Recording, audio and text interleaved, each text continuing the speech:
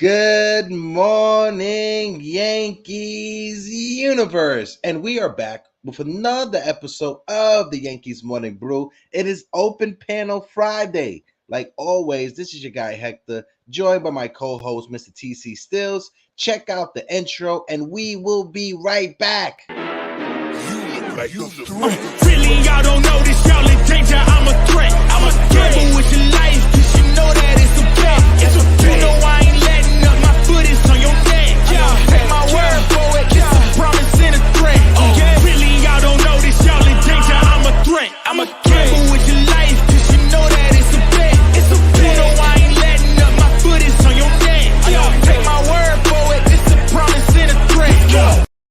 Good morning, Yankees universe. Welcome back to another episode of the Yankees Morning Brew. Like I said, I am your guy Hector, joined by my guy Mr. TC Stills. All you Yankee fans out there, wake up and get your coffee. Mr. TC, Senor Stills, how are you feeling this morning?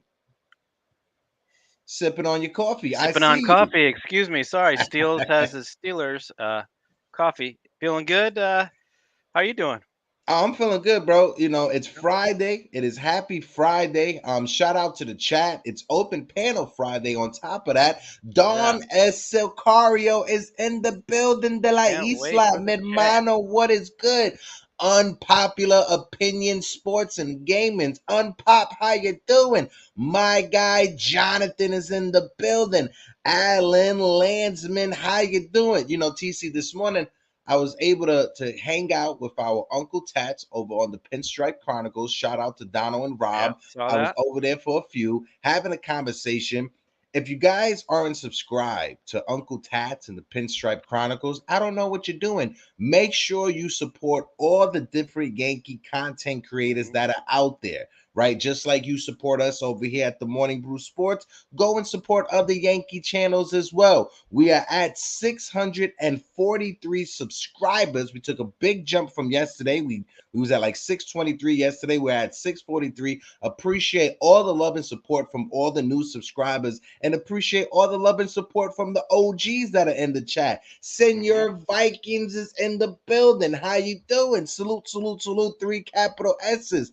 But TC, the Yankees, they split the doubleheader yesterday against the Chicago White Sox, right?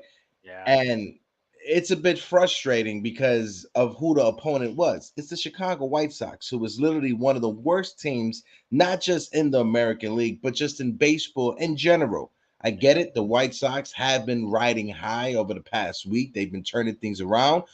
But at the same time, you're supposed to beat your opponents that are in front of you, especially when the schedule starts to favor you. We don't do ourselves, or we do ourselves a disservice when we lose games to teams like the White Sox. When you look at game one, Luis Severino didn't have it. Michael King, who normally 9 times out of 10, that's who we want Yeah. out there in those type of situations. He Yep. didn't come through. That was the first run he allowed over his last 7 different appearances. So when it comes to Michael King, you knew that was going to happen, but just not in that situation. TC, what's your thoughts before we dive deeper into it? And before you do that, shout out to my good friend, Mr. Keith Saunders in the building. Keith, how you doing? Jerry Cadill, big time Jerry, how you doing? Eric Wallace is in the building. Like Yes, always, sir. guys, if you can, smack that like button for your boys. Hit that subscribe button as we continue the conversation. Go ahead, Mr. Yeah. TC. All the OGs are coming in. They're trickling in. Here they come. They're trickling in. The They're waiting for OGs this are in the open panel. building. Yeah. Love to That's a see these fact. guys. Yeah. No. It was good to see. They split the series. I mean, Mhm. going into this, I thought I thought we had to sweep. I mean, it's the White Sox. I mean, it had Severino. Severino didn't have it again, and two in a row Two stinkers. starts in a row. Yeah, he gave up way too many, 3 home runs. Home run derby. You can't have that. You can't have that. And we had a chance in the ninth inning. We had first and second, no outs. Glaber Torres, Anthony Rizzo, game over. They blew it. So Hmm. we got to find a different way to score. I mean, the first and second, no outs. You got to move the runners. You could have double steal. Hmm. Glaber. There's no way he's bunting there, but you could have stole and he could have hit it to the outfield with a sac fly, easy. But Rizzo double play, and Mhm. there goes that game. But the second game, Randy Vasquez, great, Yes. great game. Shout out to Six Randy three, Vasquez. five and two Five thirds and two shutout. thirds shutout baseball. 3 strikeouts, 1 walk. Shout out to Randy Yeah. Vasquez. You What can't more ask. can you ask for? I Yeah, mean, you can't ask he anything saved more us. from him. And Billy Hmm. McKinney, home run. Billy McKinney. It seems And like the front office knows more about baseball than we do because we were over here yeah, crying and complaining about Estevan Florial, yeah, and they said no, Billy McKinney to the rescue. And yeah, first game, he had a triple. right. Second game, he had a home run. Shout out Billy Yeah, McKinney. Welcome to the Yankees. Start that Yankeeography for Billy McKinney. yeah. But we're still relying on the home run. We scored 3 runs off the White Yes. Sox. I mean, Glaber and McKinney. That's it. I mean, we got to find a way to Mhm. score runs other than the home run. Our big hitters, if you look at the doubleheader, Stanton, Rizzo, LeMahieu, all of them did nothing. It's Yeah. Bowers. It was McKinney. It was Calhoun. Hmm. What's going on? The big guys are supposed to carry us with Judge being out. There's no way we're going to stay afloat with this like this. I honestly have no idea. Shout out to my guy, Mr. Illity Jet in the building, who is a Red Sox Yeah. fan. Uh Yankees oh. and Red Sox will be playing later on today. Oh Illity no. Jet, just know I still love you, Paisano. Just know that you're still familiar over here. But no, when you hit it right on the head, bro. When it comes to this offense, we have to be able to switch it up. We can't just be one dimensional, right? And you bring up our big time hitters in the lineup. You bring up Rizzo, you bring up Stanton, Donaldson, LeMahieu, Torres. I don't even think LeMahieu needs to be in the conversation anymore for Yeah. big time hitters in the lineup. He's become an automatic out. And Bad. over his last 11 at bats, he has struck out 7 times. It was the first time in his career from game one to the game prior versus the White Sox from a couple of days ago that he had 6 at bats straight, that he got 6 strikeouts straight. First time in DJ LeMahieu's career that ever happened. I talked about this with Uncle Tats over there in the Pinstripe Chronicles. DJ LeMahieu, he is just on the bad side of 30.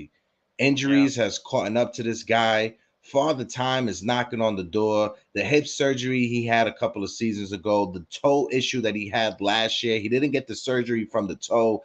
And you heard Doc yesterday talking about how Yeah. that can lead to other problems if you don't have the surgery. And It looking can back at linger. it, he Yeah. should have had that surgery. He's most likely going to have the surgery in the offseason, but he should have had it in last offseason, the offseason that just passed, right?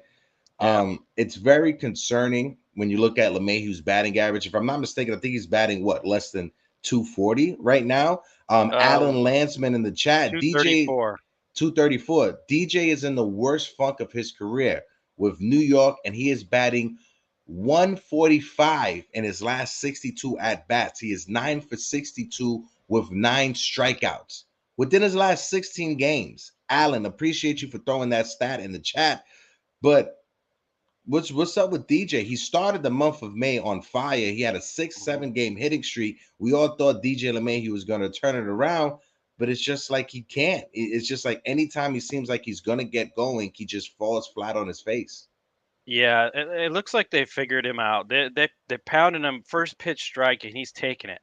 And Hmm. then on it seems like he's either 0-2 or 1-2 every at bat, Every at bat. and they're pinpointing the outside corner, and he can't get to that ball. Hmm. A fastball outside corner can't touch it. His Hmm. bat. I mentioned it earlier. Maybe a lighter bat or choking up. He can't swing that bat anymore. He's not catching up to the fastball, and he's not going to right field. He Yeah. he, he got to take that pitch and go. And he's not recognizing what they're doing, and that's sad when all us fans can see what's going on, and we we can say this all we want, but we're not playing. Yeah, we don't Yeah. understand how, I could be up there and yeah, well, I know what you're saying, but I can't do Hmm. it. So, Agree. it's easy for us to say all this, and maybe there's other things going on, mental, and he's just down. When you get in a rut and you get down on yourself, it's hard to get out of that funk. It really is. And he's seeing his decline, and he's hearing all the chatter on all the talk shows and Hmm. everywhere. So it's getting to him, and it's too bad because I mean, now with Judge out, he's one of our guys that really need to step up, and it's Yeah. it's just sad to see. It really is. Yeah, there could be an argument that he could be the number one guy that we need to step up in this situation. Anthony Yeah, Rizzo, he's in a slump as well ever since he hurt his the injury, soldier, yeah, the neck. shoulder with, I mean, his neck with Hmm. Fernando Tatis and the San Diego Padres. He's in a flunk. His batting average is below 280 when it was damn near Yeah, 300 at that time. He was batting 302 in that last game versus San Diego. His batting average has dropped more than 20 points. And it's just at the wrong time. Giancarlo Stanton, he had a home run versus the Dodgers, but he has gone hitless ever since that double against the Dodgers. Josh yeah. Donaldson, you thought you was going to get something good out of Donaldson, 3 home runs and 11 at bats, but he was a 0 for as well, and Inconsistent. That's what it is with this team. very inconsistent. And hold on, I just want to give a quick shout out. Shout out to Chris the Flash in the building. Chris the Flash, how you doing? But this Yankees offense, something needs to happen. And the only reason we're truly having this conversation, and I talked about it yesterday, is because Brian Cashman in the front office decided to start the season without having an everyday major league left fielder. He decided he was going to tape things together with Oswald Cabrera, with Aaron Hicks, and with IKF. That experiment failed drastically. We need to find ourselves a left fielder. Who it is, I'm not sure. When you look at the trade market, there's really there's Yeah, not that many options to choose from right now when it comes to the trade market. There are still teams that are in the hunt. I brought up Jorge Soler, but the Miami Marlins, they're in the wild card yeah, right now. If the playoffs were to start, they'll be in the wild yeah. card. I don't think They're they're hot. trying to, Yeah. yeah, they're hot. I don't think they're trying to trade Jorge Soler. So when you look at the trade market, it's slim pickings, if any. Yeah, I know we've brought up, Cody Bellinger and another Hmm. name that mentioned Randall Grichuk on the Rockies. I Yeah. mean, he'd be a good pickup as well because I know he kills us and he kills. I think he kills the Astros. But yeah, it is. It's slim pickings out there as far as and who are we gonna give up? I mean, they Hmm. have all this faith in these prospects that they just they just let waste away in AAA, and don't bring up. We got Dominguez and we got Peraza and we got Austin Wells. I mean, these guys probably could do better than what we have right now. And Hmm. they're on the fence. They don't know where to go. They keep their veterans and their retreads and Hmm. keep giving them more and more chances. Yet in AAA, these guys are on fire. And it's just give them more time, more time. It's like we're running out of time. We're barely staying afloat, Yeah. and it's looking more and more like we're just going to be in the wild card because If we're what, lucky. nine games out. I mean, it's just Yeah, it's getting if we're lucky. Let's yeah. pause on these conversations because we're going to get into it later on, because we're going to bring up Brian Cashman to talk about what moves he can make. But let's put a pause on that conversation and let's go back to Luis Severino, right? Mm, Brian Hoach, he reported on Twitter. If you guys saw the post game conference with Luis Severino said, "I'm not 100%. I'm not 100% sure what's going on, but the bottom line is that I need to fix it. It's unacceptable. I can't go out there and give up 3 home runs every time I no. get the ball. I need to fix it, and I need to fix it quick." At least when it comes to Luis Severino, he is holding himself accountable. There's no excuses. He's not pointing to the injury or coming back as an excuse for his performance. He is saying that he needs to do better every time he goes out there, which is 100% true. You Yeah. cannot expect to give up 3 home runs each outing and expect to have your team in the conversation or you have your team competitively in a place where they can win the game. That's not going to happen. SNY over on Twitter as well. I'm not going to come out here and make excuses to you guys. It's just another bad outing. I need to get better according to what Luis Severino had to say about his performance. And I'm going to say it again. He has to get better. With Nestor Cortez going on the IL, probably for a long time, we're not sure the next time we're going to see Nestor Cortez. We need Luis Severino to step it up. I know Carlos Rodon was pitching over the past couple of days, but that's too much pressure to put on Carlos Rodon, right? So I don't want to put Yeah. that pressure on Rodon. We need big time Sevy to step up, and we need to have him step up really bad. Yeah, he's got to figure out something with the fastball. It's just it doesn't have that pop. It usually has that late pop on, and it's just flat. I mean, it's coming in 94, 95, but still, I Hmm. mean that's hittable. That's these guys can hit that. You got to be Booger 98. Brain is in the building. Jason Lang is in the building. Appreciate you fellas for showing up. If you guys can, please smack that like button. I apologize, TC. Go ahead, brother. That's all right. The chat, get that chat going. Get That's it right. pumped up. That's right. I gotta shout out Booger Brain every time I Yeah, see Booger you Brain. gotta shout him out. Yeah. I don't know if you noticed, but in game one, I'm not sure who somebody hit a line drive up the middle, and he grimaced a little Yeah. as he tried to catch the ball. Hmm. So I don't I sure Dude, hope he didn't hurt himself or yeah, and if you was watching the game with the broadcasters, you heard them say that it kind of looked like it hit off the palm of his glove or the heel of his glove. I was re-watching it and I didn't see it hit his glove or go off his glove, anything. He just moved out the way and it looked like he just landed in the wrong place. In that rolled first over. inning, he was his fastball was 98, 97 miles per hour in that first Yeah. inning. Ever since what you talked about going up the middle, he lost velocity. So, like you said, I'm not sure if he did injured himself trying to jump out of the way or he pulled something and he was compensating for the rest of the start. And that's what led to him giving up 3 home runs. Yeah, because I'm looking at the replay right now, and he was actually on his knees, and he was holding his sides and hip, and so yeah, again, maybe he didn't mention anything to the trainers that something might have been wrong because he was either favoring it and he didn't have the life on the fastball, and he relies on that. I mean, Hmm. he's really a two pitch pitcher, slider fastball, but I mean he's got a changeup, but it's just not if you don't have your fastball. That's his pitch. Severino's. I mean, he's not getting the swing and miss. I think what do you have 2, 3 strikeouts? I mean, that's just he's gotta have like 9 or 10 a game.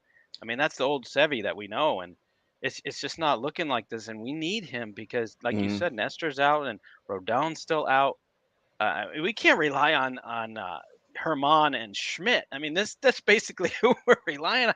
And now Randy Vasquez is he like our savior too? That's what So it's looked like. He looked like Randy Vasquez looked like he our savior 2.0. Obviously, they yeah, sent Randy Vasquez down after the right. game, but that's because the Yankees they have some off days Hmm. in this month that they don't necessarily need 5 starters. They Right. could go with a 4-man rotation because of how many off days they are in this month. So they want to have him down at AAA working on his stuff, before they have to call him back up. The most concerning part for me when it comes to Luis Severino, and I talked about this over there with Uncle Tats, for the entire game, Luis Severino didn't get not even one swing and miss on his fastball. I'm gonna say it again. A guy who is known as a fastball pitcher didn't even record one swing and miss on that fastball. Yeah. You're not That gonna win many games no. when you're pitching like that, Luis Severino. No. That's very concerning, and Hmm. something needs to be figured out quickly. I mean, if he hurt himself, I mean, there goes another guy. I mean, you can't go out there and give us 50% of yourself. I mean, if you're hurt Hmm. injured, you gotta get well. And And this is changing from like a microcosm of a situation into something that is a big red thumb, right, or a sore thumb, right. Mhm. When it comes to Luis Severino, is there a trade coming? Do the Yankees say, you know what, we just got to trade this guy to get whatever we can back for him? It's kind of hard to do that when I start a rotation is the setup the way it is right now with all these other injuries. So what do we do with Luis Severino? Do we trade him to try to get whatever value we can get back for him, or do we just ride it out for the rest of the season?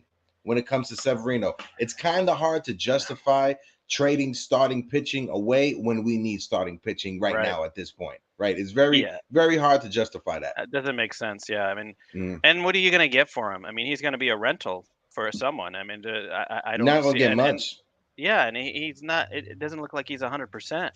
I don't. He has. I don't think he has that much value. And you just as the Yankees go, we got to just ride him out to the rest of the season, see what Mhm. happens, and then you know sayonara, get a compensation pick or something for him because That's if he even pitches well, bro. Because yeah, if he goes the rest of the season pitching the way he's pitching right now, who's gonna want to who's gonna want to give him a qualifying offer? I know the yeah, Yankees wouldn't give him a qualifying no, offer if he I think pitches like this the rest of the way. I think his days with the Yankees are over after this Hmm. year because it's just looking more and more like it's over. For I mean, it's just you can see a decline. I mean, these guys, a lot of these guys are on their decline, and we give them too many chances. Yeah, And it's time to revamp this team. If you're gonna go, youth movement, bring all the youth and go that way. Don't we can't mix and match and patch it up with duct tape and painter's tape and agree. it's just it's it's not working with a championship caliber team.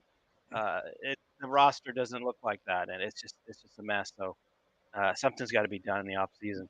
Definitely, definitely, definitely. Eric Estrada is in the Oh, building. there he Eric is. says, Where's he my been? guy Eric says Sevy started favoring his changeup, and I'm not convinced they were actually his fast. And wait, and I'm not convinced they weren't actually his fastballs. Yeah, that's funny right there to think of it like that. But we talked about it after that first inning when he had to play like what was it, like limbo, jumping out of the way. He was playing hot potato. His fastball barely even clocked 96, 95 miles per hour. We're used to Luis Severino throwing 98, 99 miles per hour of pure gas. When he first came back against Cincinnati, we thought we had something because Sevy, Yeah, even though his fastball wasn't 98 miles per hour, his control was still there, right? yeah, His second start against San Diego, the fastball started touching 98 miles per hour again, and we got excited. But over his last two starts against the Dodgers and now the that White Dodger Sox, game was horrible. the velocity has dipped. The control has dipped as well. He's relying more on his changeup and his slider. Luis Severino, he's starting to trend the bad way. He's trending the Yeah. opposite way, and something needs to happen. It's sad to say it when it comes to Luis Severino because this was our young prospect who came up through our system, and we Mhm. wanted to support him. And back in 2015, 2016, when we heard about a young pitcher on the way up called Luis Severino, we got excited. But Yeah. now in 2023, damn near 10 years later, the excitement has fizzled away, damn near disappeared, if you want to say that. Luis Severino is not the same Luis Severino from years back. The injuries is just has taken him, and he's Yeah, it's about to taking be a toll. 30 if he's not 30 already, if I'm not mistaken. I got to check his age, Yeah. but he's about to be 30. Shout out to Dane Huber in the building. Dane, how you doing? Jonathan says, would you call up Will Warren? Mm. That's the I don't know tough if he's thing, ready right? yet. I don't know if he's ready. If he does get called up, it most likely will be in September, and it may be just to come out of the bullpen, not to be a starting pitcher, just because he hasn't built up those innings yet with his arm. So if And the he's had a Yankees were couple to rough call him outings. up, yeah, his last two Mm. outings have been rough. But if he was to get called up, I can see it happening in September, and I can see it just being coming out of the bullpen, not being in the Yeah. starting rotation. Hmm. Yeah, but I mean, you got to give Randy Vasquez another chance. That kid, he Oh, looks phenomenal. 100%. He looks Mm-hmm. like Luis Severino in 2017. I mean, Mm-hmm. that's the guy we need. And I don't know if you remember the at bat Severino had against Jake Berger. Okay, so this is an example. Berger Big took Tom him deep. Burger. Yeah, Berger took him deep. He didn't pitch one fastball. He threw all changeups. The guy Yeah. could sit on that. He knows you're not going to throw the fastball. He's not being deceptive. He's so predictable now, and that's another thing to Severino. If you can't rely on your fastball, what do you think these guys are going? They're going to sit on your change, and if you can't get your slider over, you're going to throw everything a change up. They're going to tear you up. So Yeah. yeah, he's lost confidence. I mean, Severino used to go at these hitters, and he didn't even give him one Mm-hmm. fastball. I mean, that's just He I don't was know. scared to throw it. He He was was scared to very throw his scared. fastball. Very scared to throw his fastball. Yeah, And like you said, that's not Luis Severino. Normally, no, Luis Severino, he's a gamer. He's a he battle. attacks He the guys. battles. He Yeah, attacks. He's very competitive. And you got to give him credit for eating innings, right? Even against the Yeah, Dodgers, he still ate some he innings did. against the He Dodgers. helped us Against out. the Yeah, White Sox, he pitched 5 innings. So he was able to give us 5 innings. We had the lead at the time. Michael King came in, and 9 times out of 10, that's how you want to draw it up. If your starting pitcher can get you through 5 innings, you give him the lead, and you hand it off to our bullpen. We have the number one bullpen in all of baseball. Michael King's one of our most reliable yeah, relievers. You want him in the game in that situation. yeah. But That it was was just one of those chances that just got exactly. away from him, and he gave up the home run, a 2-run bomb. Yeah, yeah. The bullpen has been our savior this whole year, Yeah. and I'll say it again. All these injuries to the bullpen, and we're still the best. That goes to show Matt Blake has this team, at least the pitching staff, all dialed in. Mm, I wish it would carry over to the hitting, and maybe we keep bringing up Shelly Duncan. Get him over here for some mm. training or something, batting Yeah. practice help or something. And Jacob Yeah, Petruzzi, I agree with you when it comes to Sevi. And I don't want you guys to think I'm being too harsh on Severino. I'm just pointing out to his command issues from yesterday and the yeah, dip in his velocity. And earlier when I was on with Uncle Tats, I pointed that if Luis Severino was on a spring training routine coming back from his injury, mm, this would be his second to last start of spring yeah, training before the season starts, right? This was his highest pitch counts as well, like Jacob said. So I don't want to be sounding like I'm coming off too harsh on Severino. I just want to point out his velocity dip and his command issues from yesterday. But I do understand he is coming back from injury. He is yeah, working his way back, trying to get 100%. Like I said, if this was a spring training routine, this would be his second to last start, Jacob. So hmm, I do agree with you when it comes to that. I don't want to be too harsh on Severino. right. But on the flip side of that, like I'm saying, it's against a team like the Chicago White Sox, who has been one of the worst teams in baseball, right? At least, at least give You up have a three good lineup runs. though. Yeah, they have a good lineup. They have some good contact hitters. They are underperforming dramatically Right. over there. Yeah. Luis Roberts, he was supposed to be the next Mike Trout. He's Yeah. finally putting together a good season this year. They got some young kids that are coming up, working their way in that lineup. So I don't want to be too harsh on Severino, and I don't want to say that the Chicago White Sox is a team we should have just walked over. No, I'm not saying that whatsoever. But it's the dip of the velocity and it's the command issues that was concerning to me, TC. Yeah. Don't forget, White Sox have Clint Frazier over there. He's or Oh what is it, God, Jackson Frazier? So yeah, Jackson Fraser, he's a and he lucked dominating out. force. He lucked out because there weren't that many Yankee fans in the building for either games, Oh man. especially game one. So he lucked out because I know Yankee fans wanted to boo him. And I wanted to ask Yeah. you, TC, watching the Yeah. game, especially game one, did you even it wasn't even that many people in the building for game one No. because of like the smoke condition and the air quality. Right now it's better. The air quality index is at 35. Like I said, I can actually see some clouds when I look out my window. But what do you make of game one and the lack of attendance? Well, it was what, a 1 p.m. start, so that's a tough start for any 4 baseball p.m, game. 4 p.m, 4 Oh, p.m on 4 our side. Yeah, oh, 4 1 p.m. p.m on Okay, yeah, yours. Yeah. that's right. So 4 p.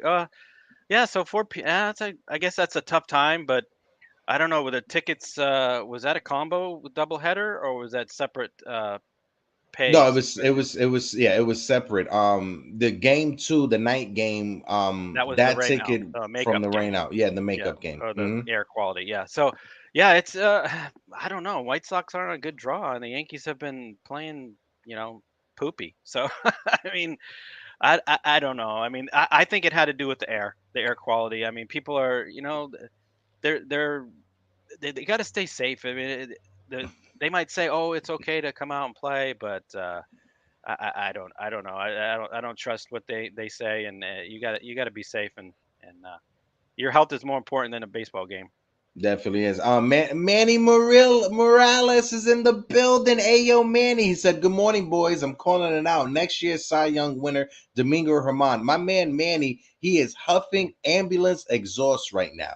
right? If I know Manny Morales, I know he is sitting in the ambulance bay at his hospital, just smoking up all the ambulance smoke. Because what are you talking about? The German Sunday winning a Cy Young award. Shout out to my bro Manny. Hope all is well. Hope you're being safe, Manny. But we got to switch it up just a little bit. Before we get into the open panel, which will be coming pretty soon, we got to talk about the Yankees lineup. And with Judge on the IL, who is going to step up in his absence? Shout out to my friend Greg on Twitter, who put it out there. If Judge is going to be out for a little bit, then someone has to step up.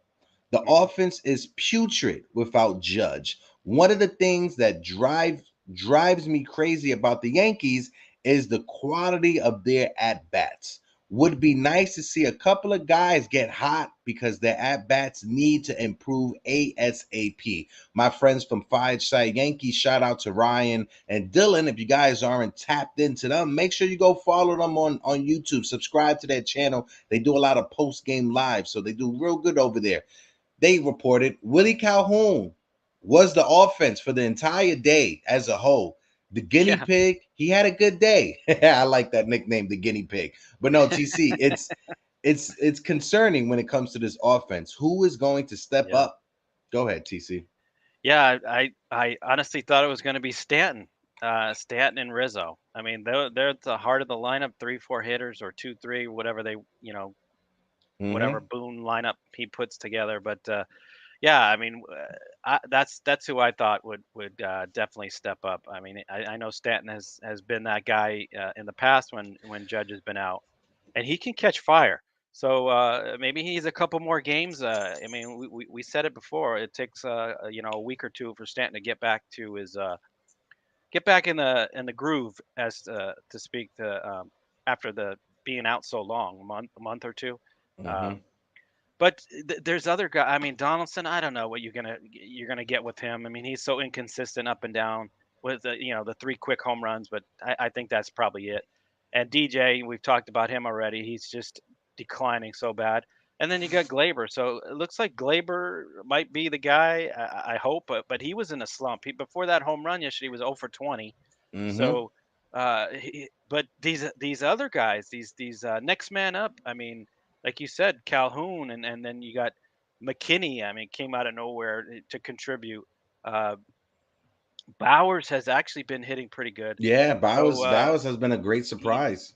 that's that. I mean, he's been, and honestly, they've been starting these guys over and over, giving them some consistent at bats. So I like to see that. I mean, but Willie Calhoun in the leadoff spot, I don't know whose idea that was. I It don't worked know. though. I guess it worked, but Yeah, it worked. It worked, all right, right. But yeah, I like you said, I'm not sure who came up with that idea. Which analytic nerd decided, hey, yeah, let's put Willie Calhoun in the leadoff spot? But we got a RBI single. We got a home run from Big Bang yesterday. So yep. shout out to Willie Calhoun Had because three he came RBIs in through. game one, I think. Yeah, Yeah, but when you bring up the guys that you mentioned, Willie Calhoun, Bowers, Billy McKinney. These type of guys, they're just sprinkles in the lineup, right? Our big guys need to come yeah, through. So when you look at it, DJ LeMahieu, Gleyber Torres, Josh Donaldson, Anthony Rizzo, John Carlos Stanton, those are 5 out of our 9 batters in the lineup. Those 5 guys, they have to come through. We can't rely on Jake Bowers to give you a home run. We no, can't rely on Willie Calhoun. We can't rely on Greg Allen, Billy McKinney to come through in big situations. IKF, Anthony Volpe, Oswald Cabrera. Those aren't the guys that we need to rely on to come through in a big time situation. It needs to be these 5 guys on the screen that are making the money. Josh Donaldson, John Carlos Stanton, Anthony Rizzo, DJ, and Gleyber Torres. That's yeah, who needs to come through in those situations, not the other guys that I mentioned that are just complementary pieces to right. these 5 guys on screen. They're role players. If you were in basketball, Yes. that's who they'd be. And you can't put all that pressure on those guys. And these Mm-hmm. veteran guys, they got to step up. I mean, unfortunately, three of them, Rizzo, Donaldson, Stanton, are all coming back from injuries. So maybe another week or so, and we'll see. But we can't wait that long because of Judge being out, and we can't rely, like you said, we can't rely on these role players, and it's too bad. And another guy that, I mean, it might be time. I don't.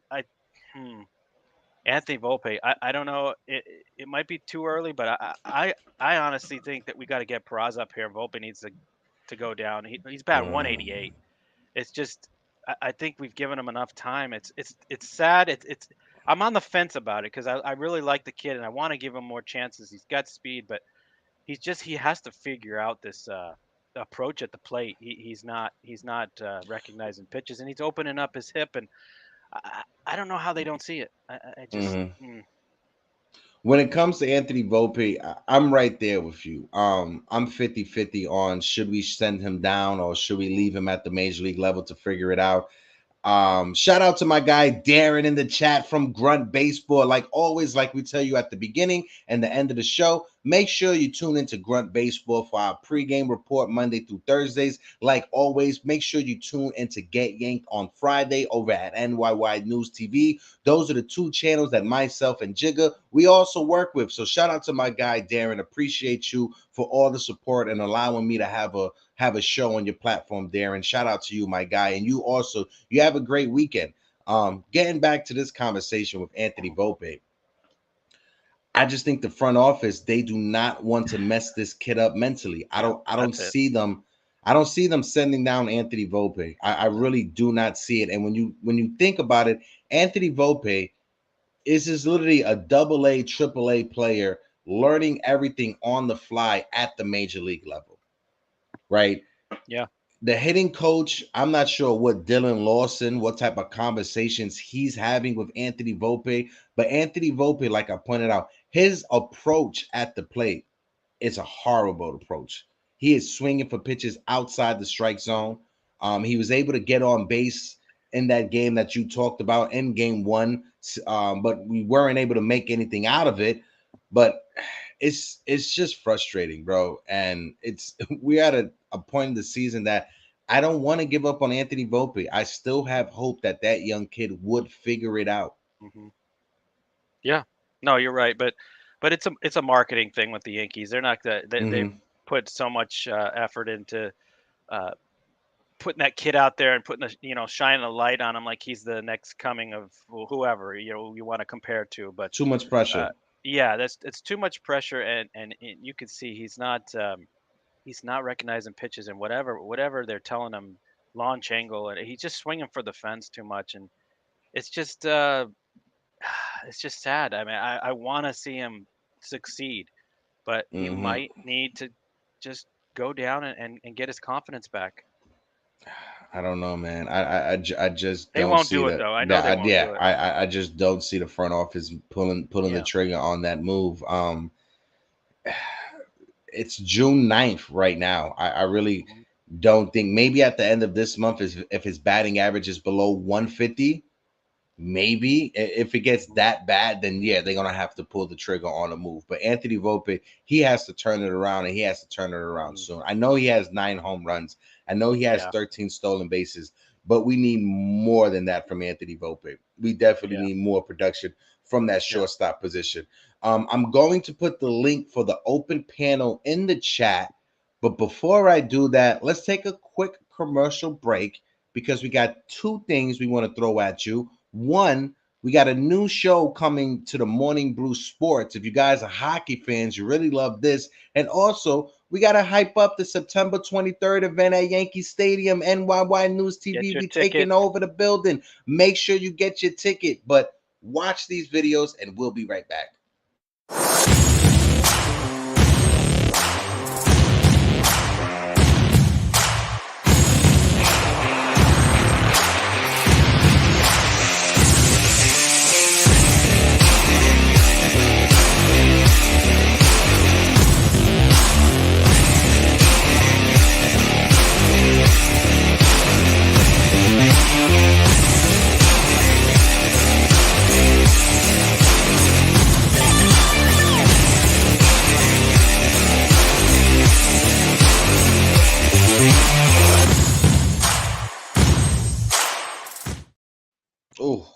I can't wait for that one. Also, guys, smack that like button. We got 27 people in the building, so smack the like button and watch this video. We will be right back.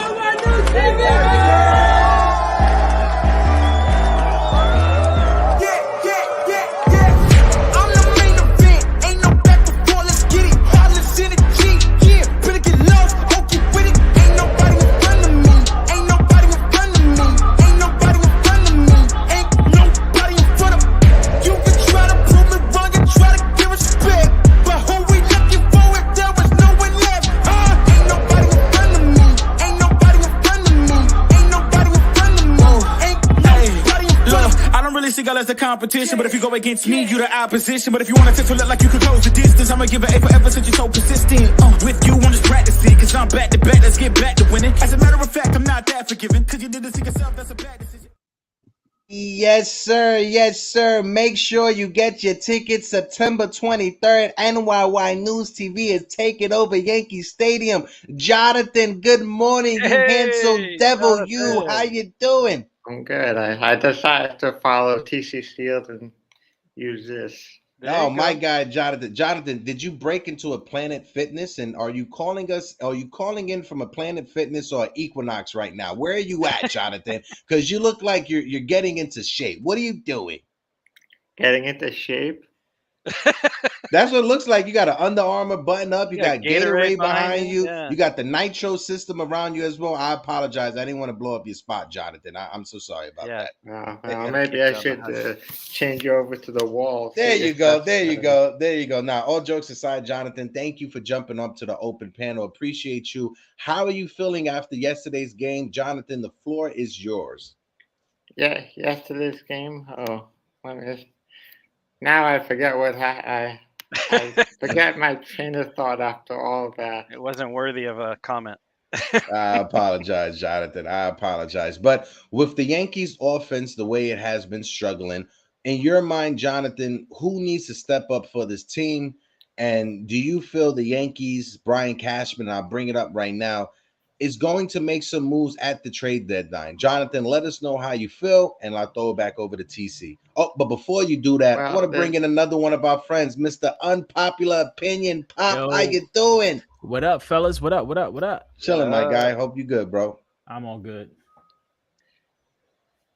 Hello? Go ahead, Jonathan. Yeah, the floor is yours. Well, I think honestly this team does not have enough left-handed hitting in their lineup. Mm-hmm.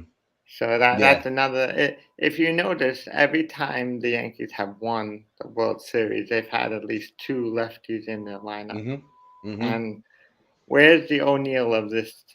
There's no one on this team that reminds me of O'Neill. Mm-hmm. No one with that energy. No one that can.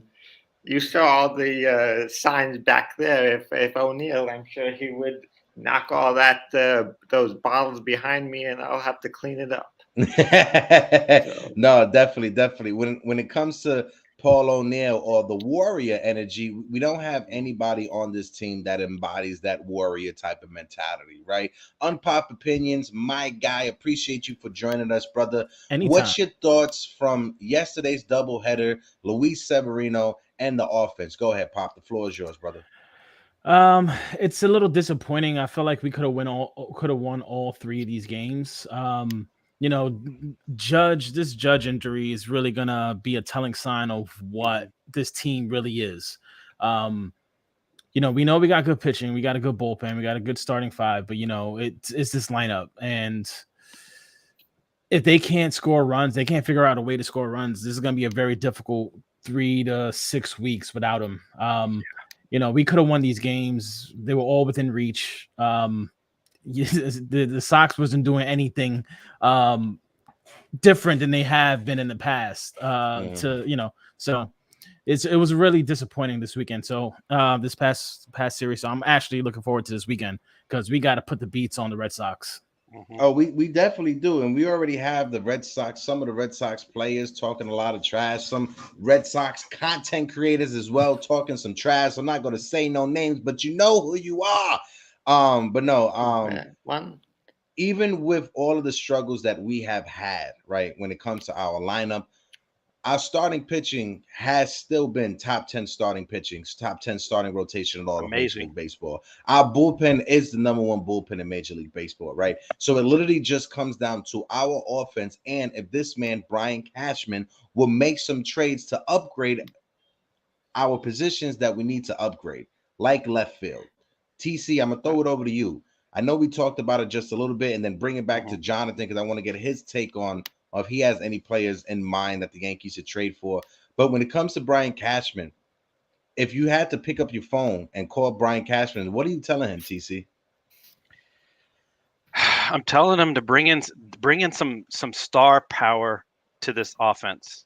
We have to. We can't be getting these Willie Calhouns and Jake Bowers and these guys that are, cast-offs. We need I don't know if there's a guy like that out there. I mean, I know Bellinger. We've talked about him. We've talked about some other guys, Fraley on the Reds, and we've talked about the Grichuk and some guys that maybe Soler, somebody in that caliber to bring some energy, a spark. The change of scenery. Maybe I don't know. It's tough to play in New York. Mm-hmm. These other guys, they leave New York. Sanchez and Hicks are tearing it up. So we need a guy like that on our team that just has a week or two to just catch fire and lessen the blow of the Judge loss, because our main guys, Rizzo, Stanton, Donaldson, LeMahieu, they're not doing it, and I thought they would step up. And I mean, Cashman's he's wasting time. He's got to do something at least before the trade deadline. The deadline, I think we might be out of it by then. So Mm-hmm. he's got to be on the phone constantly, calling up teams, say, hey, we got so and so, maybe Glaber's up for trades, or some of these prospects, but we gotta make a move. It's time to pull the trigger.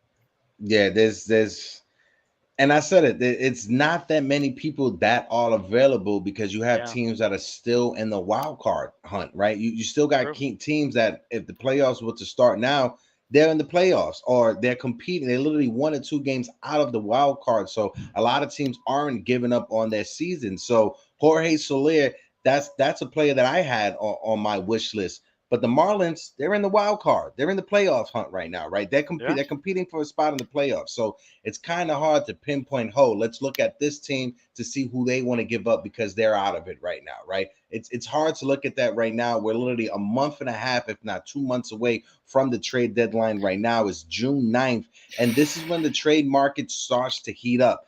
The pitching side of things is another thing.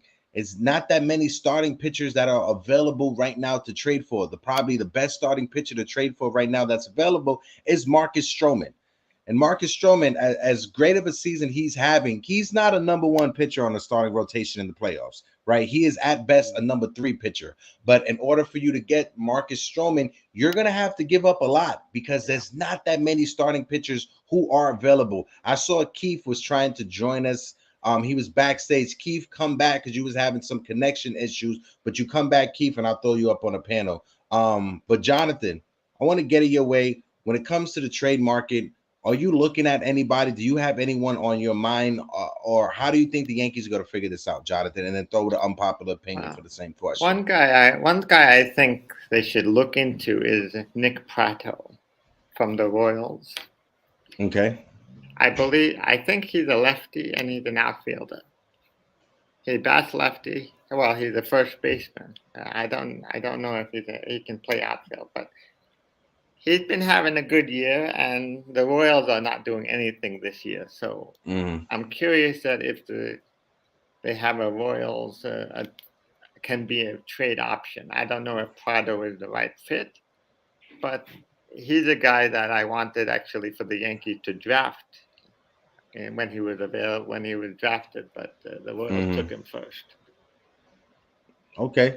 Unpop, for you, when it comes to any trade targets for the Yankees, do you have anyone on your wish list? Because like I said, it's not that many people that are available. What's your thoughts, Pop? To be honest, if I was Brian Cashman, I'll be thinking my mindset would be Judge is not coming back. That would be my mindset right now, because just like you guys had the doc on, if he re-injures that, it's a wrap for the season. Yeah. So I would have that as in my mind of saying, okay, we need to go bigger than anyone we have been talking about previously. And my get would be Shohei. It's time. Like we need to. Cashman needs to show his big. You know what I'm talking about, and say, listen, I got 6. 6 of my top 10 is available. Let's bring a Shohei over here, because he could play left field, so you don't have to worry about him being primarily a DH. And there goes a big bat that you're losing. Of course, no one can replace Aaron Judge, but I think the closest person on the planet is Shohei Ohtani. Listen, I think Shohei Ohtani is a phenomenal talent, but I don't think the Yankees, if they want to use Shohei Ohtani as both a hitter and a pitcher, would they let him play left field? I love the idea of having Ohtani be in the outfield, but he needs to be a DH because they're going to try to save him. They don't want him to get injured running the outfield, especially the left field in Yankee Stadium. You know, left field in Yankee Stadium is basically center field and like 20 other different ballparks in major leagues, right? So when it comes to that, if there was a way for us to get off of Giancarlo Stanton's contract, then I do it. You know, then there's a conversation to have. But at the same time, the Yankees, they did call up the Angels last year at last year's trade deadline, and apparently they offered the Angels every prospect except for Anthony Volpe, and the Angels, they wanted Anthony Volpe. So maybe there was a situation where the Yankees could have tried to fit Shohei Ohtani in the lineup. Jonathan, you wanted to say something because I got two people backstage I want to bring up. I honestly don't think they would trade for Ohtani, and the Angels won't give him up in a trade to the Yankees. So the only way Ohtani is coming to the Yankees is through free agency. That's my opinion. Mm-hmm. All right. Listen, when it comes to Ohtani, the Angels, when you look at the Angels, they're competing for a wild card spot as well. Hold on one second. I got unpopular opinion who got dropped down by accident. I'm going to bring up Keith right now. Keith, what's good, Brody? Hey, what's good, fellas? Chilling, my guy. Chilling, my guy. What's up, Glad to see you back on, Chief. Hope all is well. Hope the fam is good. Hope the job's treating you well, my guy. Because if not, I will be down there to make some ruckus. Keith, what's your thoughts from the doubleheader yesterday? This offense struggles, and if you had a phone call the phone to call Brian Cashman, what would you tell him, and who are you trying to add to this lineup? Go ahead, Keith. All right, let's start with these Canada Wildfires first. Let's blame it on the Canada Wildfires, right? Let's blame the Yankees losing the series to the Chicago White Sox on the Wildfires. All right, you got to blame Canada. Let's blame Canada. I have no thoughts on that series. With Judge being injured and Sevy's lack of performance, and the lineup was just nasty. It's something that we just have to thank God it's June. You know what I mean? And we didn't present that lineup in August or in September. Shout outs to Billy McKinney for putting the pinstripes on and performing. I don't know how many people were gonna have acts to say, hey, put on pinstripes and save us. You know, that's been like a theme of this season so far. It's pick that guy. Oh, all right, let's go. As far as the trade, God, man, unpopular opinion made a good point with Shohei Ohtani, and I want to piggyback on what Jonathan said. I don't think the Angels would trade Ohtani to New York. It would have to be in free agency. Like, you know, we're the evil empire, man. They're just not going to gift us Shohei Ohtani. No. But they wouldn't gift it to us. They will fleece us. Oh, yeah. Yeah, they will fleece us for sure. California teams love to fleece us. That's what they do. Axe Oakland. And as far as like the team, let's take a deep breather here and take a step back and let's look at the glass half empty and half full, and let's start pointing fingers at the coaching staff too, man. I don't know what the front office is doing, but they need to realize that the strength and conditioning team is not doing a real good job for these players. And these minute injuries are lagging way too long. Shout out Matt Blake. He's been really good since coming into the team. And maybe we need to start looking for better hitting coaches, man. And our approaches need to change. You hit a good point, Hector. These at-bats are just bland. They're just, they're taking pitches. They're not swinging at the good pitches. And then after they foul out or strike out, they just drop their head and walk into the dugout. You know, it's and they look over to 99 like, hey, Captain, save us. You know, it's disgusting. I don't know if that's just a mixture of youth, you know, and the vets, because the vets seem to come on teams and put the uniforms on and go, oh, we're supposed to win because we've been here long enough, you know, and then the rookies are there and they're like, oh, we have something to prove. It's not mixing well, I think, from the front office to the development team to the players. There's a disconnect there, and we need to take a step back like we did. And when we were good, when the organization was clicking, the front office, the development team, and the players were all in the same book. You know what I mean? None of our major players got hurt when we were in our hiatus of time. So it's a true disconnect between the front office and the players and everybody, and it's showing. and I just don't like it.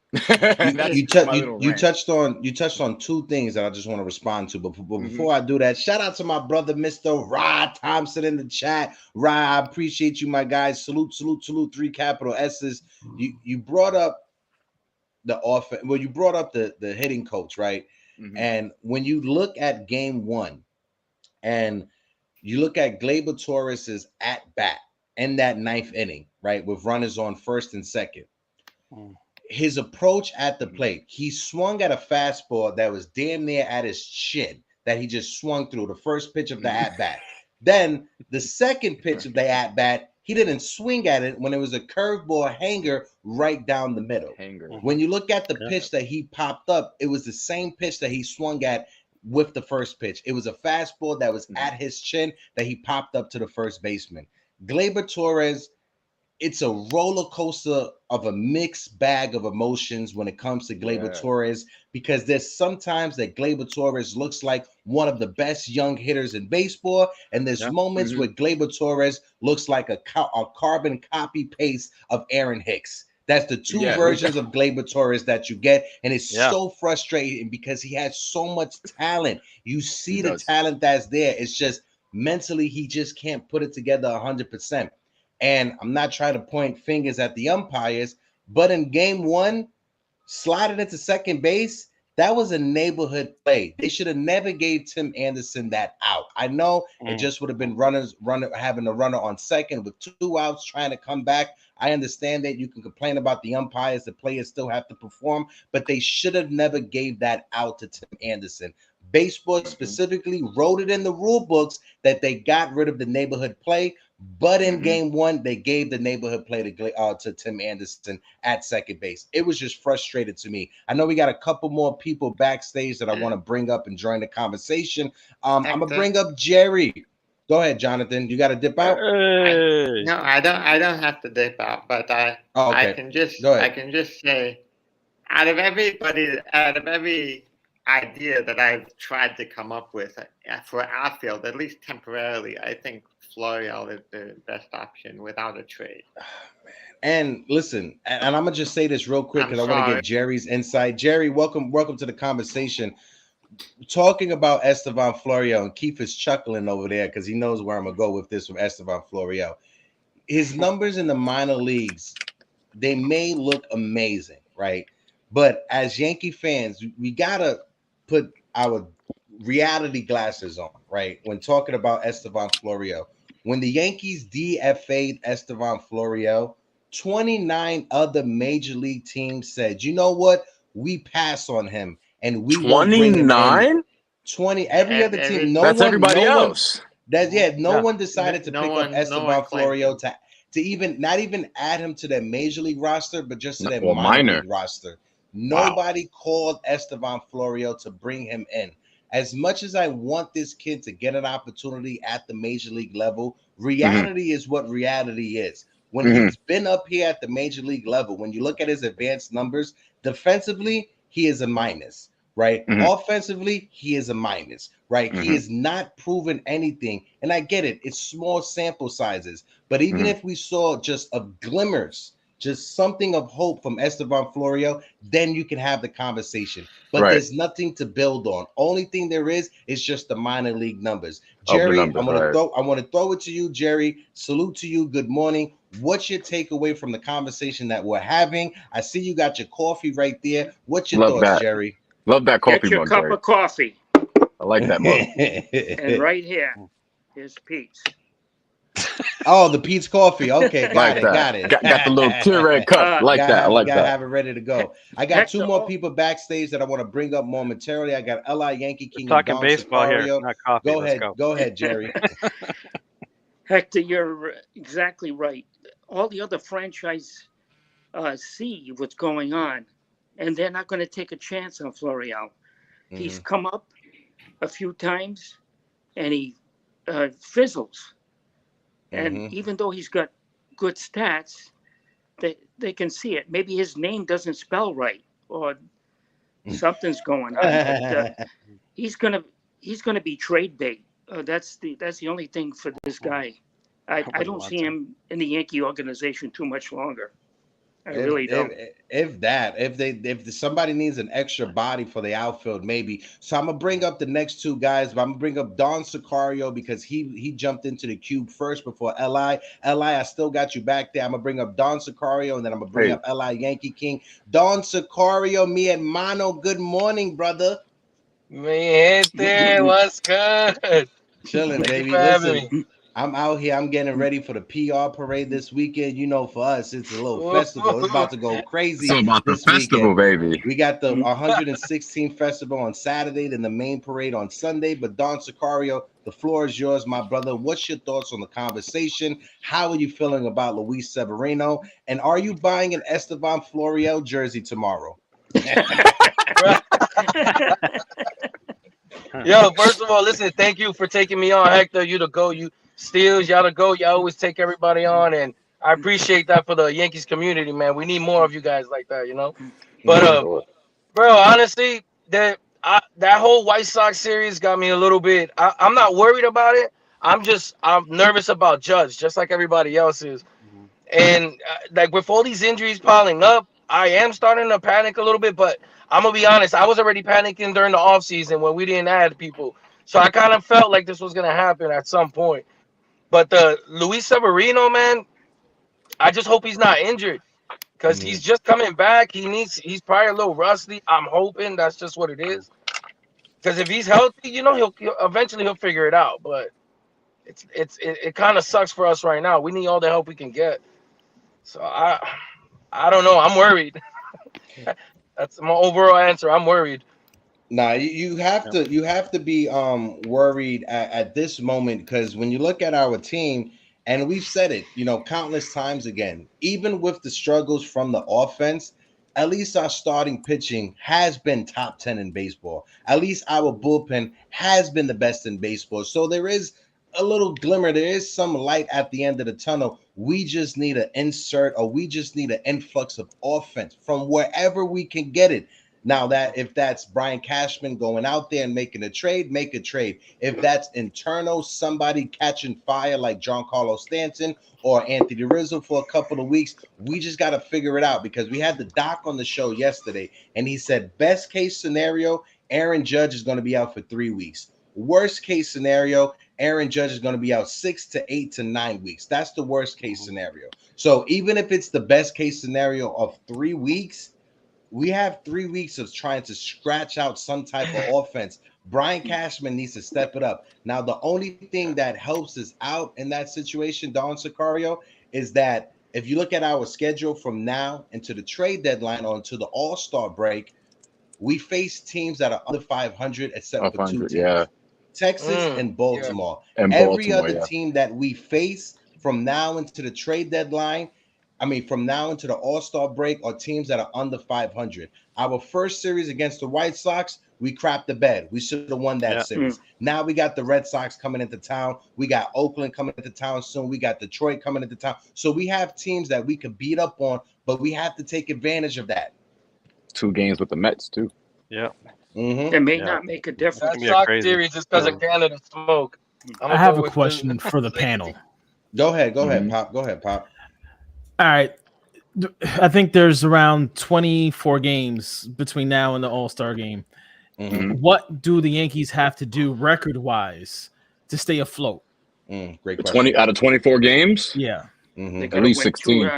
Just throw it over to Keith first, then bring it down to Jerry, Don, and then Jonathan, and then I'll bring in Li Yankee King as well. So, Keith, you lead it off. Out of 24 games, what record do you think the Yankees need to have to stay afloat? An unpopular opinion. Appreciate that question. Great question. That's a great question. Yeah, great question. Over and under 16. At least 16 and 8. At least 16 games.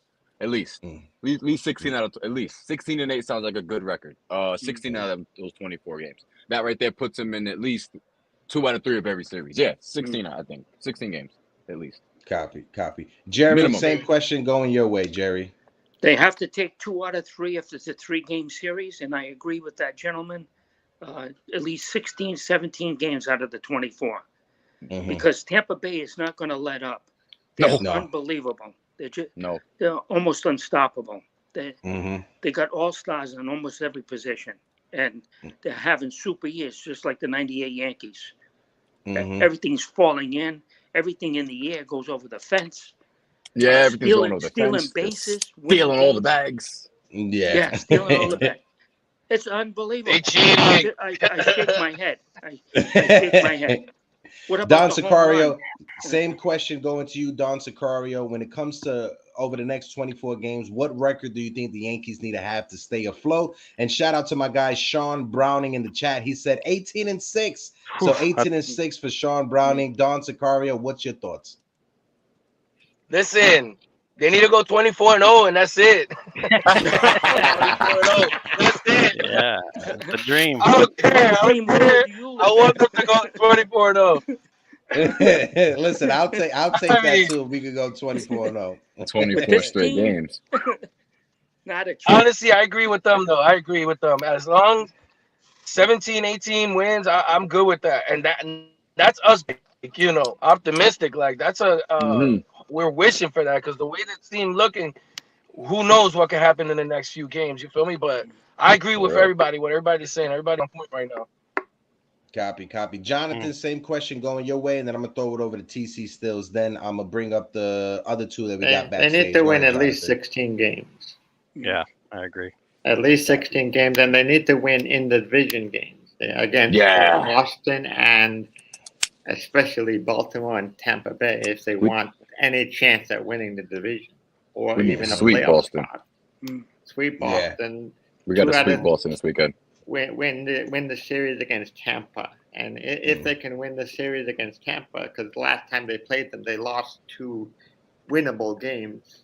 So, no, 100% right. I think we gotta win the biggest threat to the Yankees. We gotta win the games that are in front of us that are winnable games. That's the only way that we're gonna be able to close the gap in on Tampa.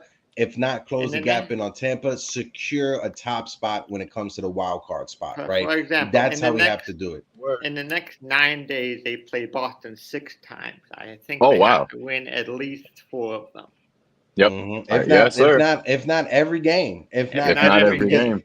Boston is the team that's behind us. They're in last place in our division. Those are the games that we have to win. No matter what their record is, those are the games that we have to win. When we face teams that are 4th and 5th in their division, we can't let them come in and look like they're first place in their division. When you look at the wild card standing right now, hold on, wait 1 second. Sorry. Baltimore is number 1. Yankees are number 2 when it comes to the wild card. So if the playoffs were to start right now, we would be in the playoffs. But the way that we are having these conversations, we're hitting the panic button and we're struggling right now. But no, we are literally second when it comes to the wild card in the American League. And I definitely have faith that this team will figure it out, whether that be Brian Cashman picking up the phone call and making a trade or someone internally stepping up for this team. I have faith for one reason and one reason only: our starting pitching and our bullpen. So that's 2 reasons. So 2 reasons are starting pitching and 99. And 99. Hopefully he comes back healthy. Hopefully that toe is not that big. I feel a lot better having that conversation with the doc yesterday, but hopefully that toe does come back better. TC, what's your thoughts? I got Uncle Tats backstage. I want to bring up Uncle Tats. TC, let me get your thoughts, TC. Yeah, real quick. I mean, I agree. They got to win at least 16 of the games, 16-8 or 17-7. To stay afloat. I'm looking more, like you guys are saying, the wild card is more attainable than the division right now at this point with Judge being out. But we got Bader coming back. Hopefully he can give us a little spark too. I mean, he can add a little bit. I mean, and we don't have to rely on McKinney and IKF in center. It just, it's getting a little desperate finding outfielders. But what do you think record? What are you looking at record wise over the next 24 games? What are you thinking? They need to win at least 16-8. 16-8 over the next 24 games? At least. You can't lose more than 8 games. Yeah, the way. I mean, if you want to stay in the division, because the way Tampa doesn't lose anymore. So, just to stay in the division, you got to win 16 at least. Yeah, our record right now, Keith, is 37-27. Like I said, we are second in the wild card. When we look at our division, we are 8.5 games behind the Tampa Bay Rays, who are 46-19, having the best record in Major League Baseball. The Texas Rangers are first in the AL West, 20-21. Right now, the Yankees, we have a better record than the Houston Astros. So at least we have that going for us right now. Check So that I'm out.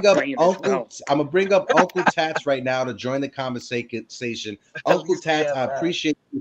LI Yankee King, it shows that you have your camera's not connecting. So refresh your stream and then jump back to the queue, and I'll bring you up when it's connecting. But Uncle Tats, appreciate you for coming up. You're listening to the conversation. What's your thoughts? Help us lunatics out. Go ahead, Tats.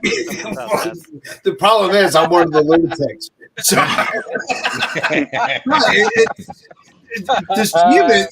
this offense is struggling. That's why when we were trying to figure, when we were on our show this morning, and thank you for coming on. Always. It's like, where are the savages? I think that's where are the savages in the box? Where are the next men up? It's we're trying to piece together a lineup with all these people out, and some of them, like I said, they're staying in their lane. They're not trying to over exaggerate to overcompensate. So you're starting to see the at bats being put together by guys like Calhoun and Bowers, and it was one day with 2 games, but even with McKinney, they're staying in their lane. If they could do that, we can survive the absence of Judge. It's going to come down to the other stars in the lineup, like TC said. We need more star power. We have that. They just need to perform. If they could all come together and start playing as a team, and not just playing for their, on a selfish level, which I don't think they are, but there's just a lack of, I can't figure out the right terminology. If they figure that out, they definitely in these 24 games, they could take 16, 18 wins. I think that's very doable.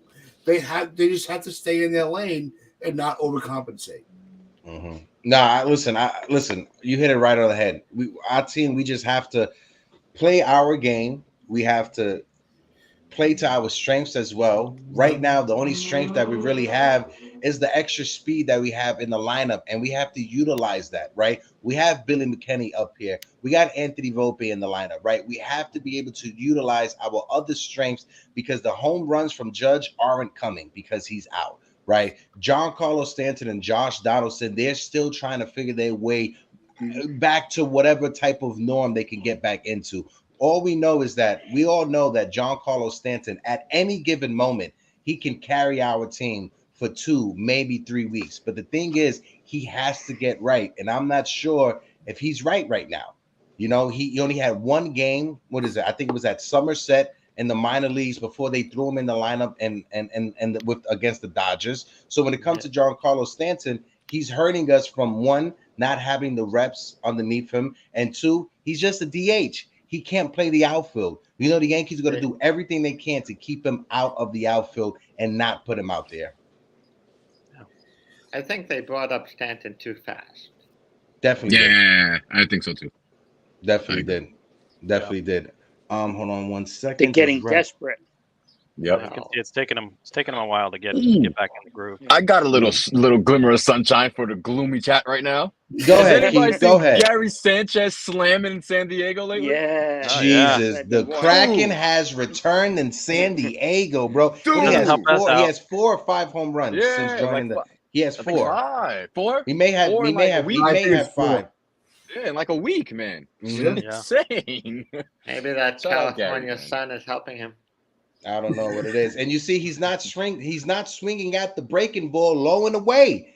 Wow, no. Gary Sanchez is just he's turning himself into a major league hitter at 30 years old. It took him 2 minor league stints and being a Met for like 2 weeks to change, huh? That's what it was. He needed that Syracuse air, Keith. That's what it is. He needed that Syracuse air. And it helps to be in a lineup like that too, though. Yeah, definitely. That's true. We're going to throw it around one more time before we get out of here. We're going to switch it up just a little bit, right? Because I know we always talk about the Yankees, but, we're all baseball fans at the end of the day. So I'm going to start off with you, unpopular opinion. besides obviously the obvious teams like Tampa Bay being in first place, has there been any teams that on this day, June 9th, has been surprising you as coming out of teams that could compete for a playoff spot? Who's your surprise breakout team in baseball? My surprise, to be honest, I think Atlanta is surprising me a little bit, just because of that division is wide open, and I feel like they're starting to click. And the Mets, I don't know what's going on with them, but I think Atlanta is really a sleeper. I think they can have a run like the Phillies had last year, and what they did, a couple years ago. I think that was 2019. Mm-hmm. So yeah, I think Atlanta is really starting to put it together right now the last couple of weeks, and it's going to be interesting over the summer. Okay.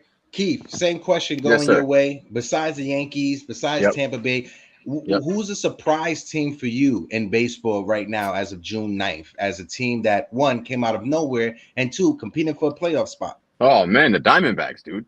Holy crap. Yeah. Holy crap. I don't know what they are now. Last time I checked, they were tied for first in NOS. Let me just look. And I say this because I can't name you the starting lineup in Arizona. I can tell you about the pitching staff. It's really good. Yeah. Zach Allen's really good. Mm-hmm. But I don't know.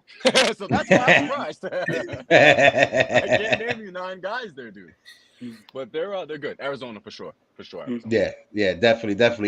If you're a fan of the Toronto Blue Jays, you got to be kicking yourself because you gave up 2 pieces for one player from Arizona, and that player that you got back, Varsho, has not contributed for your team the way that Marrero and Gurriel has contributed for the Arizona Diamondbacks. Gurriel, he looked like he just found the fountain of youth, and he turned back the clock. He's looking like he's an actual major league star out there in Arizona. And Moreno, the young catcher who they decided to give up on to go with Kirk. Moreno was, I think it was rated as top 3 prospects in baseball a couple of seasons ago, and with the Diamondbacks, he's putting it together. I think he's batting like 270 or 280 on the season. Solid defense.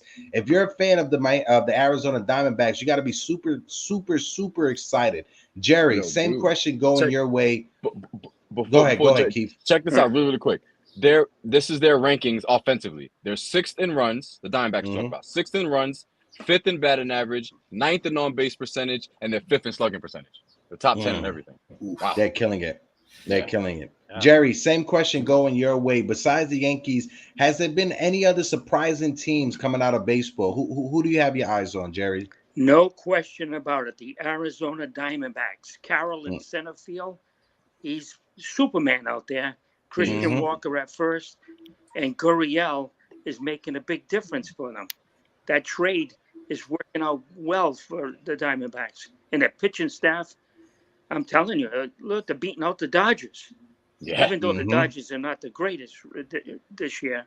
But look at the Freeman, Betts, Mookie Betts. He's got some quality players. Muncy, they're hitting home runs galore. And Arizona is keeping up with them. Yep. I'm really surprised at that team. Game and a half up. Yeah. No, definitely. Surprise. And like you said, you brought up Carroll, who's most likely going to win Rookie of the Year. I think he's probably the fastest player in all of Major League Baseball. It just sucks that they're on the West Coast because they don't have that many eyes on them playing in Arizona.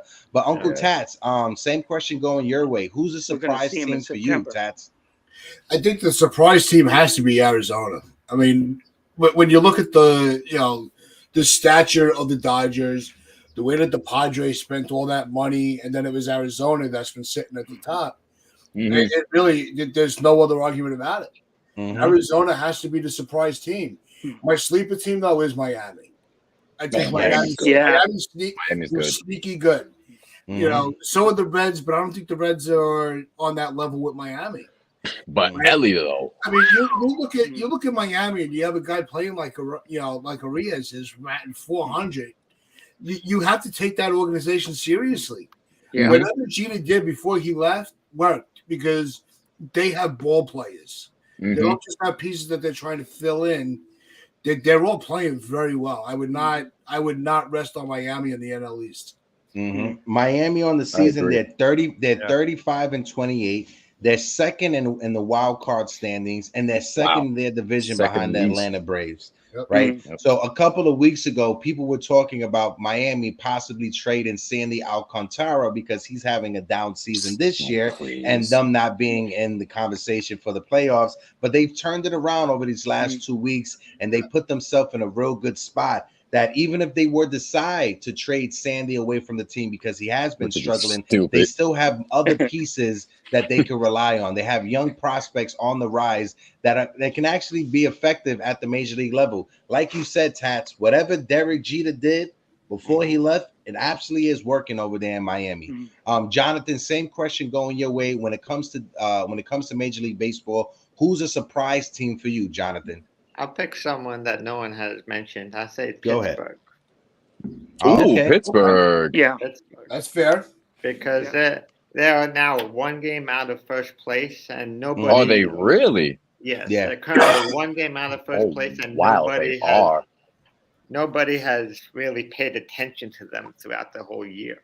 So They started Pittsburgh- off the season hot. They fizzled away, but they started coming back around again. And So they are if- 1 game out of first If place. Go ahead, Pittsburgh Jonathan. can make a couple of trades, they have a Impressive. chance to win that division. Yeah, for sure. No, definitely do. And they're trying to do everything they can. I don't think O'Neal Cruz will be back this year. He's not back because yet. There was a nasty ankle. I think he broke his ankle. He broke his something ankle, like that. yeah. So very nasty injury. Wish him all the best in the world. TC, same question going your way before I give my surprise team. Who's your surprise team, TC?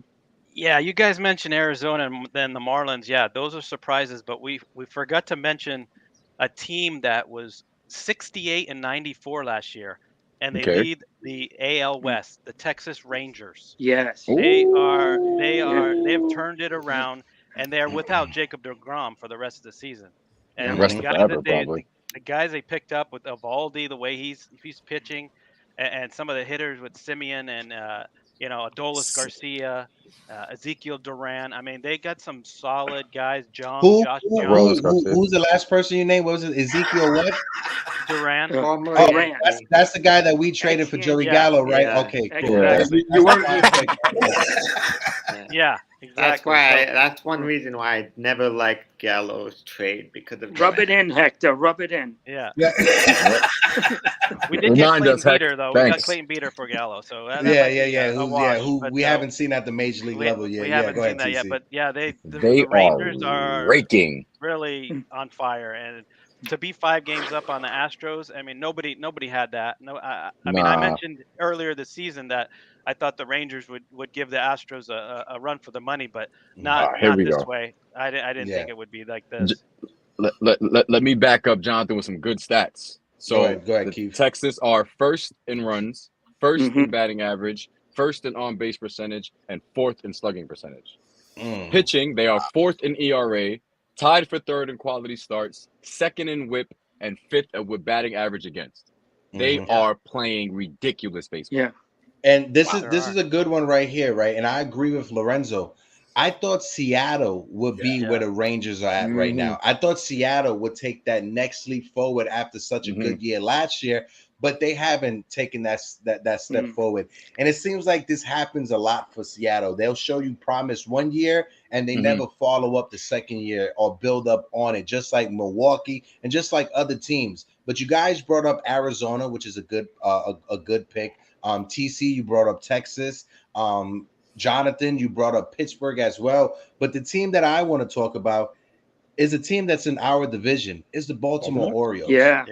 Baltimore, that's a team that they're in a perfect situation right now, because if there's a starting pitcher that becomes available, Baltimore, they have the pieces to trade for that starting pitcher while at the same time still having enough talent at the major league level to compete. So Marcus Stroman to Baltimore, I'm calling that right now. You can see Marcus Stroman getting traded to Baltimore. That has that nobody else has. They have the top farm system in all of baseball. Yeah, they have the top farm, and what Baltimore has that's scary for me as a Yankee fan, if we have to meet up with Baltimore in the postseason, they have the best closer and they have the best setup man in Cano all of and baseball. Batista. Felix Batista as the closer and Cano as a setup guy. That is the perfect 1-2 combination. That's probably the best 8th and 9th inning combination since Mariano Rivera and John Wetland. So here's another question. Who? Since Wetland and Mariano. Here's another question I have for you, Hector. Go ahead, Jonathan. What can the Yankees do at the trade deadline to catch Baltimore?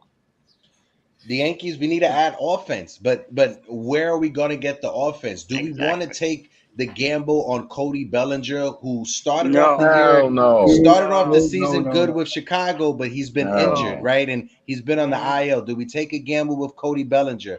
Miami, they're not falling out of it, so we can't trade for Jorge Soler. So where are we going? We need the offense for left field. Where are we going to get that from? And I don't see any other good options out there for left field. If we cannot improve, do we become sellers? No. The Yankees will never sell. No. It's not that the Yankees would never sell, because if we were not in second place for the wild card, if we were 10 games behind for third place in the wild card, then because you remember that season that we traded Beltran, we traded McCann, we traded Chapman. We were sellers that season because we weren't in the playoff hunt, right? But now that we're in second place for the wild card, I don't think that the Yankees would be sellers. We'll be more buyers than anything. But the thing is, Brian Cashman wants to hug on to these prospects. He doesn't want to let them go. And if they turn out to be something, that's good. But we need offense from someplace. You guys remember in 2019 when Giancarlo Stanton got injured and missed majority of the season? We went out there and we traded for Edwin Encarnacion. Right. I don't see there being an Edwin Encarnacion out there available for the Yankees to trade for right now. No, it doesn't look like No, I don't. No, I don't. What about Peraza? Why can't we bring him up? I was just about to. I was just about to bring that up, TC, because I was just about to say, before we get out of here, we're gonna throw it around one more time. We got to talk about Oswald Peraza. Unpopular opinion. I'm gonna start off with you, my guy. When it comes to Ozzy Peraza, does this kid have to learn how to walk on water before the Yankees call him up? What does he need to? Does he have to turn water into wine? What does he have to do, Unpop? I don't know. I think he has to figure out how to get us back to the moon and back. You know, he has to figure out, how to see through walls, read people's minds. I don't know. He's doing everything he can to earn a shot. Only thing I can think of is that they're keeping him either for a trade piece, or if Anthony Volpe does not figure it out, they're gonna bring him up. They're gonna do the swap then. I don't know. It's mind-boggling with Peraza and Florial, some of the guys that we're just holding. I don't know what's the point. Keith, same question going your way. What does Peraza have to do so Brian Cashman can call him up to this roster? Because he is killing it down there at the minor leagues. He is probably the best fielder that we have when it comes to the infield. What's your thoughts, Keith? And let's throw it over to Jerry, Tats, and Jonathan. And I got one person that I want to bring up as well, but I'm going to wait before everybody goes before I bring them up. Go ahead, Keith. God, what does he have to do? I don't know, man. Walk up to Cashman's office and bang on it and beg and plead. From a baseball standpoint, man, I have no idea what the kid has to do. I'm clueless. I'm truly clueless. It makes no sense to have all these quality players and not pitch them. Play them. I don't know, man. I'm lost for words because I feel like there's nobody in the front office or in Cashman's ear that actually presses the issue of playing these kids. Like he knows his talent. He knows who's his who and what they can do. But if let them play.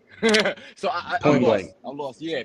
No, I get it, Keith. And this was a conversation I was having that maybe the only reason why the Yankees are hesitant to bring up Oswald Peraza, because I don't think the Yankees front offense, they don't want to call up Peraza and Peraza starts catching fire, hits well over 300, because then you start having Exactly. Then you start having Yankee fans having the conversation that Peraza should be playing shortstop Right, and not not Volpe. Volpe. And I think the Yeah. front office That is the wants to avoid Volpe Yep. versus Peraza when it Peraza, comes yep. to the fan base going back and forth on it. And I think that's a big reason why the Yankees Yep. haven't called up Peraza yet, because they're waiting for Volpe to catch on fire, or Yep. they're waiting for the team to figure out what they're going to do with Josh Donaldson. Yeah, Jerry, you're right. You hit it on the money.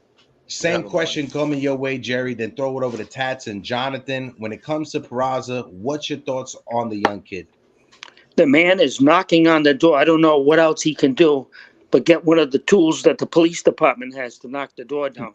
I think Donaldson, they're giving him a little more time, and then they're probably going to maybe eat the money and bring Peraza in. But you brought up a good point between Volpe and Peraza.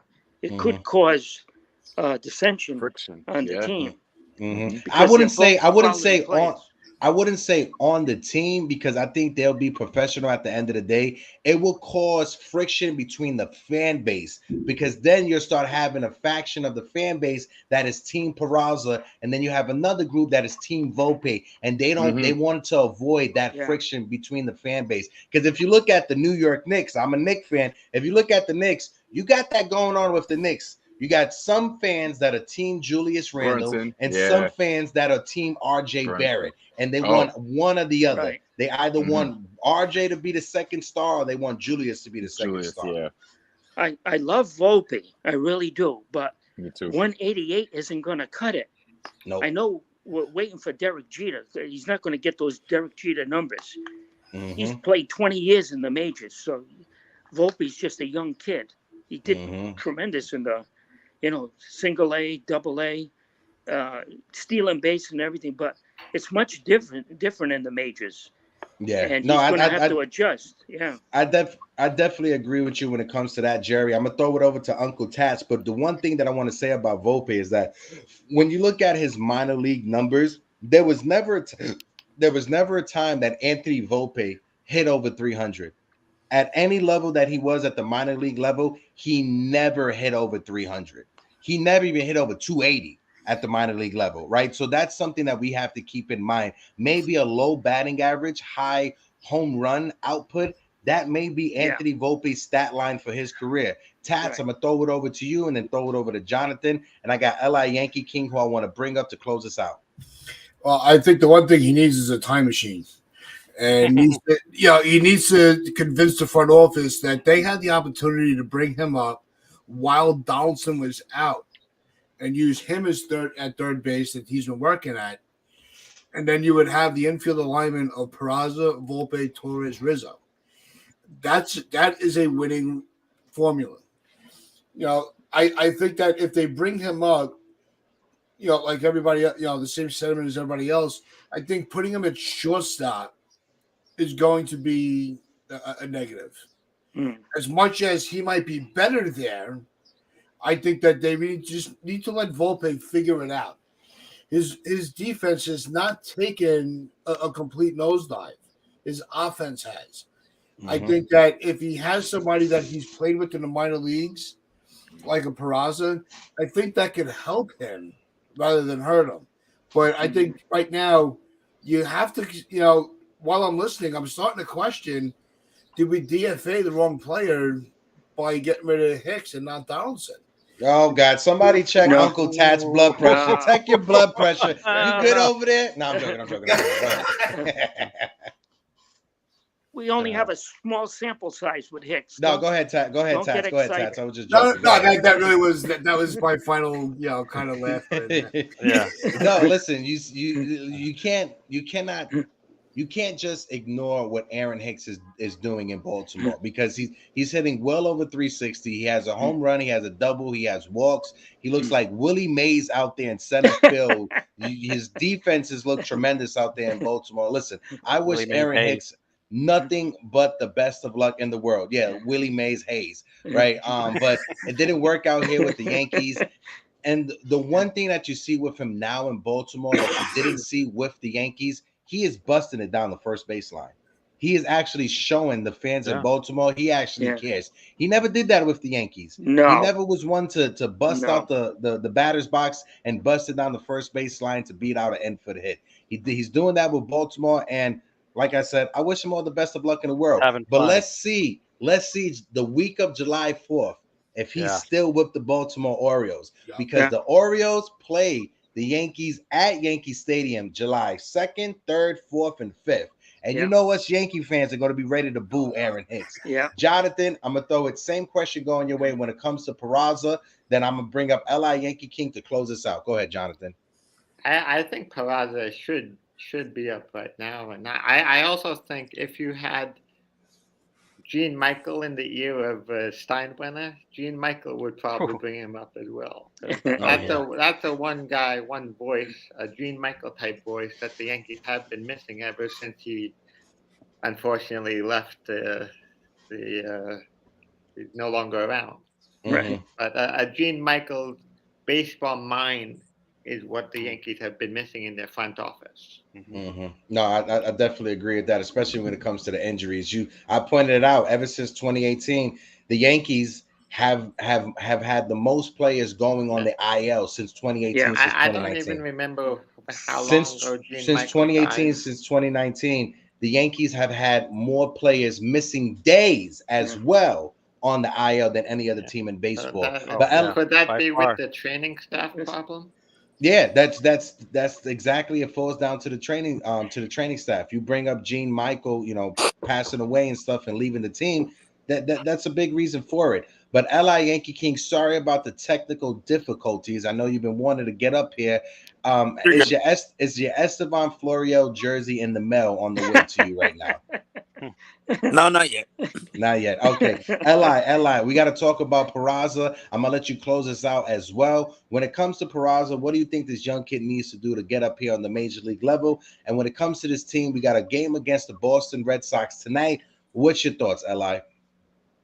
Maybe they got to bring some money to Cashman or a few brain cells for this Nimrod to actually be GM for once in his life. Without Gene and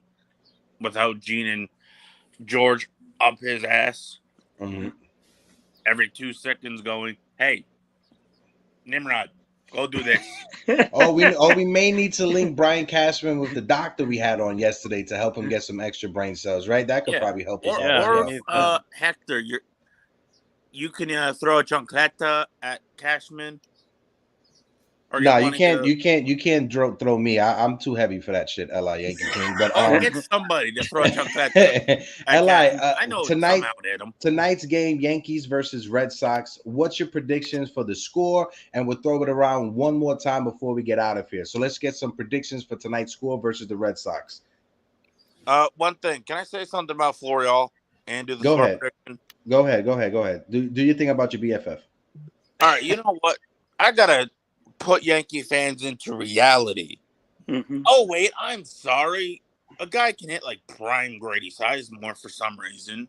When he sits for 5 days, starts, sits for another 3 days, pitch hits, sits for another 2 days, starts, sits for another 5 days, sent down. Oh, I'm sorry. Prime Grady Sizemore could easily have done that. Yankee fans, what I need you moronic idiots to realize, baseball let's be players, nice. Let's be nice. They need actual ABs. And when Florial was called up in 2021, he got called up. He hit 300 with a WRC plus of 100. Oh my God! And you know who else? The issue with Florial, Li, and I just want to stop you real quick. The issue with Florial, and I just want to get your score prediction because we got to get out of here soon. The issue with Florial is that if the Yankees were to release Frenchie Cordero and add Florial to the 40-man roster to call him up, if the Yankees have to send him down because of roster constrictions, they lose him. He gets DFA'd again. So unless a player goes down for an extended period of time, say knock on wood, Harrison Bader goes on the 60-day IL or the 25-day IL, that's a situation where the Yankees can add Estevan Florio to the 40-man roster and call him up without having to worry about sending him down after 2 or 3 days. So that's the issue with the Yankees at Estevan Florio. They don't want to release Frenchie Cordero, call up Estevan Florio just to have to release him in 2 to 3 days just because players come back. So unless a player goes on the IL for an extended period of time, the Yankees aren't going to call up Estevan Florio. Unless Brian Cashman decides to wash his hands with Willie Calhoun and say, Willie Calhoun, we're going to cut you from the team. That's the only way Estevan Florio will come up to the big league roster, because he doesn't have any more time when it comes to sending him down to the minor leagues. No. And that's a frustrating situation where you catch yourself if you're the Yankees front office.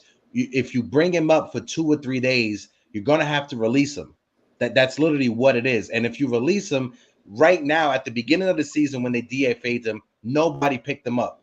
But right now, June 9th, with the way that he's been performing at AAA, if the Yankees DFA'd him, he'll get picked up like that. Right. Yeah. So, Eli, if I could just have your predictions for tonight.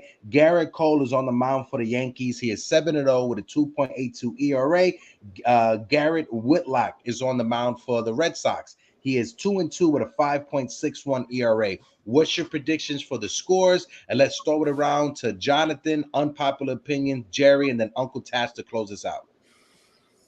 Now, we are facing Garrett Whitlock. We lost in the Roll 5 draft because we wanted to bring up a guy who's now in Japan, but that's beside the point. I'm going to go 3-2 Yankees. Ooh, Copy. close one. Copy. Jonathan, same question going your way. What's your score predictions for tonight? And throw it I'm over to guessing Pop. the Yankees win 5-2 and Garrett Cole goes 6+. Okay. All right. Unpopular opinion. Thoughts on Garrett Cole tonight? What's your score predictions? Hopefully Gary can figure it out. I'm not too high on him at the moment, so I'm going 6-4 Yankees. He's probably going to give up another home run or two, but hopefully he can mitigate the damage and it's just solo shots. Mm-hmm. Good one. Jerry, same question going your way when it comes to the predictions for tonight. What's your thoughts? I say Cole goes 6. He's going to give up a home run to Devers. They may win 3-2. It may be extra innings. All right. You this is hilarious. KC Funtime. His predictions for tonight is pain. That's his predictions for tonight. That's all he put. He just put pain. Clubber Lang from Rocky 3. Yeah, exactly. Uncle Tats, I think it's the perfect way for us to close out today's episode is you closing us out. So give us your predictions for today's game and close us out, Uncle Tats. Bring us home. I'm with Jerry. I actually think it's going to be a 5-4 Yankees win. I think it's going to go into extras. Devers hitting the home run. It's like it's everything is set up that way. Mm-hmm. So that would be. I think it's going to be an extra inning game. It's going to be a long night. Yeah, same. For me, I got Garrett Cole pitching 7 innings, giving up 2 runs.